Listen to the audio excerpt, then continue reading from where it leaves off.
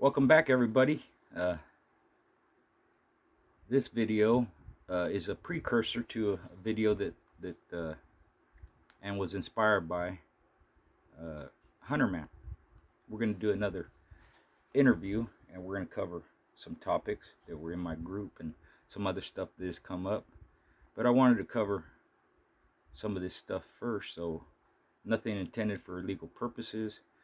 This is all fiction, history, mostly opinion in this video. And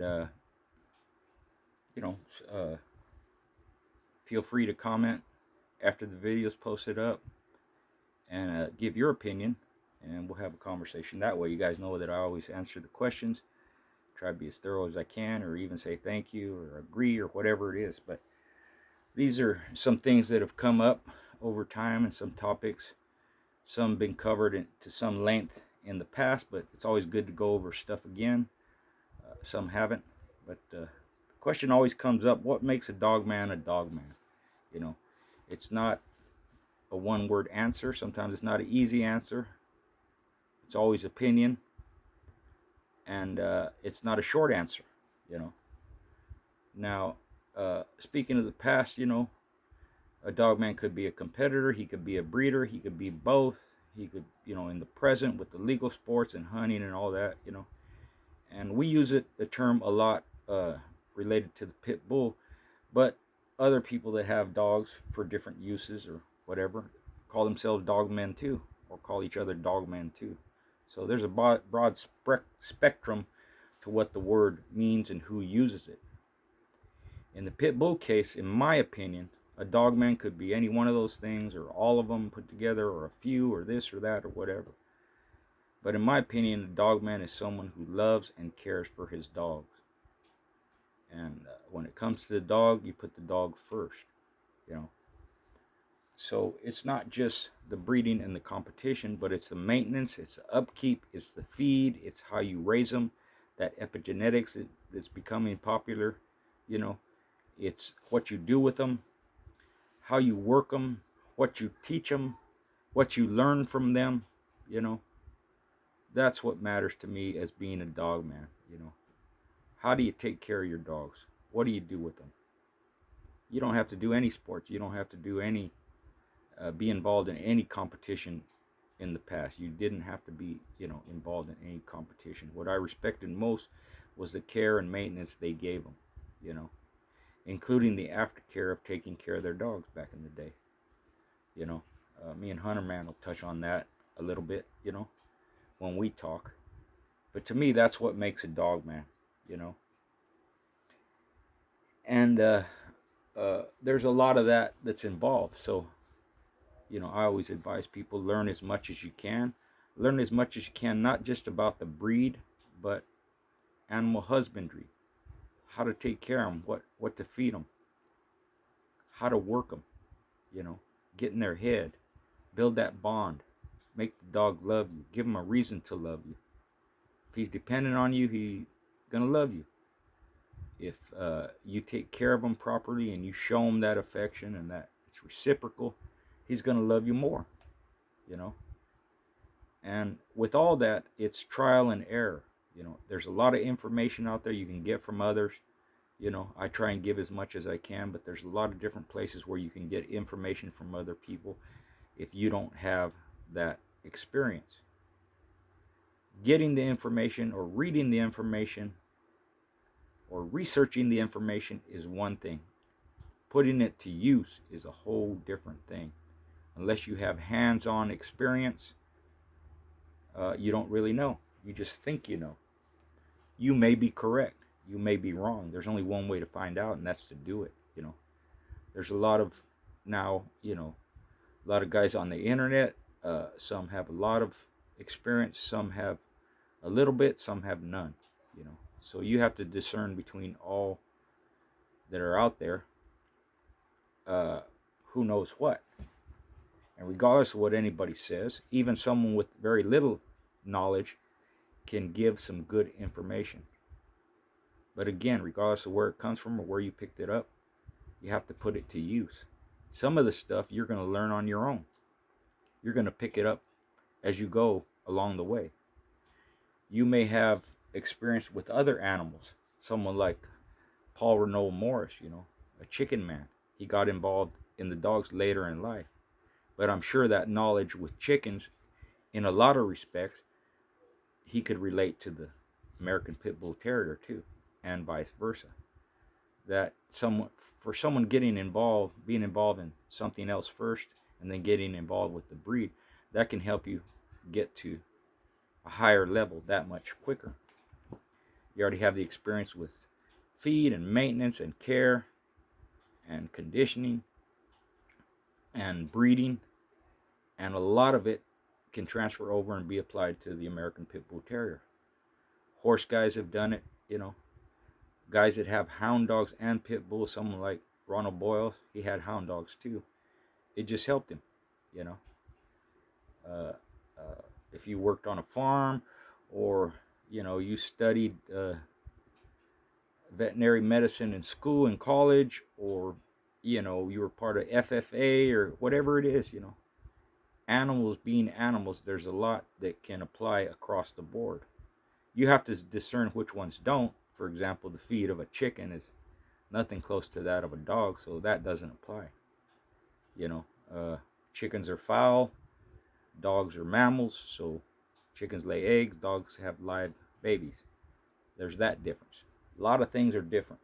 You have to know the difference, but the stuff that is similar, you have to know that too, and you can apply it across the board either way. But to me, that's what a dog man is. Someone who loves and cares for their dogs. And the more you know within the community, the more respect you'll get. Some people don't know everything, but they try and learn as much as they can. They can be good at everything, rather than be expert at one or two things. For example, some people were competitors. That's what they did mostly. They weren't concerned with breeding. They didn't know breeding, right? But they were expert at conditioning. They knew feed. They knew how to peak a dog. They knew how to condition what different ways, different dogs, against good competition. Some people, mainly breeders, they know how to produce good dogs, and they see the results of their dogs in other people's hands. They get that feedback, and it allows them to continue forward with their breeding, right? You have people in the legal sports today that can be applied to the pit bull, so you have that experience. But to me, that's what makes a dog man a dog man. Some other things, we see a lot of, someone wanted me to bring this up about the disrespect that's out there, a lot of it. And I'll say this, there's always been disrespectful people. There's always been cheaters and liars and thieves and people that rub and do all kinds of shady stuff. But as anything advances, the numbers get higher. There's more of them, which means there's more people involved. So not only are you going to have better dogs in a lot of cases, you're going to have worse dogs in a lot of cases. Not only are you going to have good people doing the right thing, you're going to have more people doing the wrong thing. And that disrespect is something, and like I said, all this stuff happened in the past. It just wasn't so prevalent, I talked to a lot of old timers. I talked to guys that are 50, 60, 70, up into the 80s, that age bracket. More closer to 60 and 80, but some 50 and 80, they're catching the tail end of a certain era, And before that, these guys knew each other. Some of them were friends. They competed against each other. No cheating, no no shady stuff, They're still friends after all these years, even though they competed against each other. If nothing else, they get along. They may not be buddy or brothers or anything like that, but they don't stir up a bunch of crap. They don't talk crap about people. And there was less talking crap about people than there is today. That I know for a fact, because I see it. I've seen it in the past, and I've seen it in the present. And there's a lot more of that. There's a lot more disrespect. There's a lot more disrespecting the old timers. And that's just a lot of times young people do that. You're old, it's in the past, you don't know nothing, things are different. You can't catch up. You're not going to catch up. You're stuck back there. You know, uh, a lot of what happened in the past or how they conducted themselves in the past, it still applies today. The concepts of conditioning don't change. The methods can change. The feed can change. What you use to condition a dog, that doesn't change. But the concepts of how to condition a dog, that doesn't change. And it's the same thing with breeding. That doesn't change. Someone who bred dogs 100 years ago, if they were alive today with the current dogs of today, they would know how to breed them. They would, because they have that knowledge. They know what it takes. Some of that is lost. But the bickering and fighting and all that, it just seems like there's a lot more of it today. It's not necessary. I can't tell people what to do. If that's how they want to live their life, that's up to them. But I will say this, how you live your life is going to reflect as you get older and older. What type of person you are, who you're acquainted with, who cares about you and who don't. Some people don't give a shit. It doesn't matter. Most people do. It does matter to them whether they admit it or not. It bothers them. So, it's just something to think about, to be cognizant of. How do you want to represent yourself? What kind of reputation you want to have? What type of person you are? And it's not just in the dogs. The way you are in the dogs, from my observation, my experience, is that's the way you are in your daily life. So if you're an upright person that has good values and integrity, you have that not just in the dogs, but you're that way in everyday life. If you're a cheater, liar, thief, that's the way you are in real life too, not just in the dogs. So it's something to think of, think about. People wanted me to bring it up more than one. I get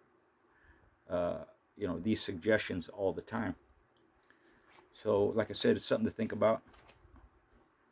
How do you feel when you lay your head to bed at night? If it doesn't matter to you, then ignore what I'm saying. If it does, maybe you want to think about it a little bit.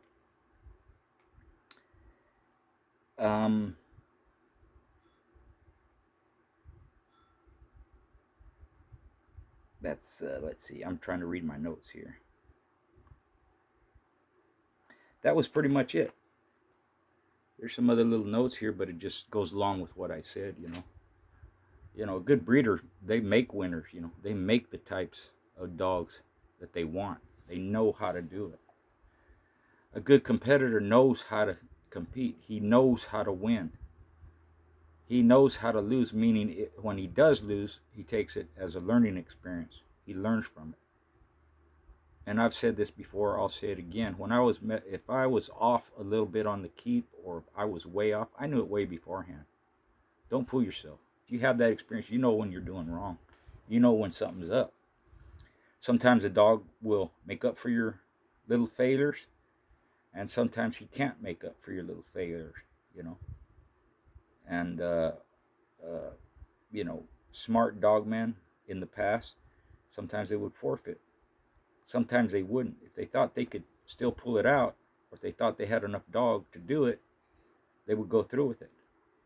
And a lot of times they were right. It played out that way because of the quality of the animal they use. And that's what matters first and foremost, is the dog that's in front of you. Sometimes it didn't play out in their failure because they met an opponent just as good or better, that was in better condition, or a superior animal, and they ended up losing. I think the best shows, this is something me and Bob Finley talked about, is as long as it was a good show, even if the show was an average quality, or the individuals were average quality, or a little above average, when opponents when things are even, you get a better show that way than if one just dominates and smashes them, or one's not feeling right or something, he has some problem. Those are the of course, at the higher level, it's a lot better show. But even on a lower level, you could still see a good show. It would be like two club fighters in boxing fighting each other. They're giving it all. They're in good shape. They have some skill. They're not at the top echelon of their division or of boxing, but they can still put on a good show. It's entertaining and a lot of back and forth and give and take, and they show heart and punching and skill, just not at the level as the elite fighters. It's the same thing with dogs in the past. You could see that too. Made for a good show. They may not be the hardest biters, but they're violent and they busy and they stay in hold and they don't turn and they give it all they got. They might not be the fastest dogs, but they're punching it out, you know. They might not be the strongest, but they have good endurance. As long as there's action, you're going to like it. And if it's good action, you're going to like it better. So the breeders make their own dogs, and anybody can learn how to do that if you have an eye for it and you have some common sense and patience, That's another thing that's involved with the breed, and again, that is across the board, with different animals and different breeders and different lines of pit bulls, So for me, it's always been exciting to learn as much as I could and see as much as I could and be involved as much as I could and know as much as I could and learn as much as I could. And the top guys that I know or familiar with or been around or went into, they had that same kind of attitude, They had a competitive mind and a winning spirit. They knew how to win, and they weren't sore losers. So a little bit shorter video, but like I said, Hunterman and I will cover more in an upcoming video. This is just a little precursor to that. And it's a couple of things that I was asked to talk about. So hope you enjoy it. Thanks again, and more on the way.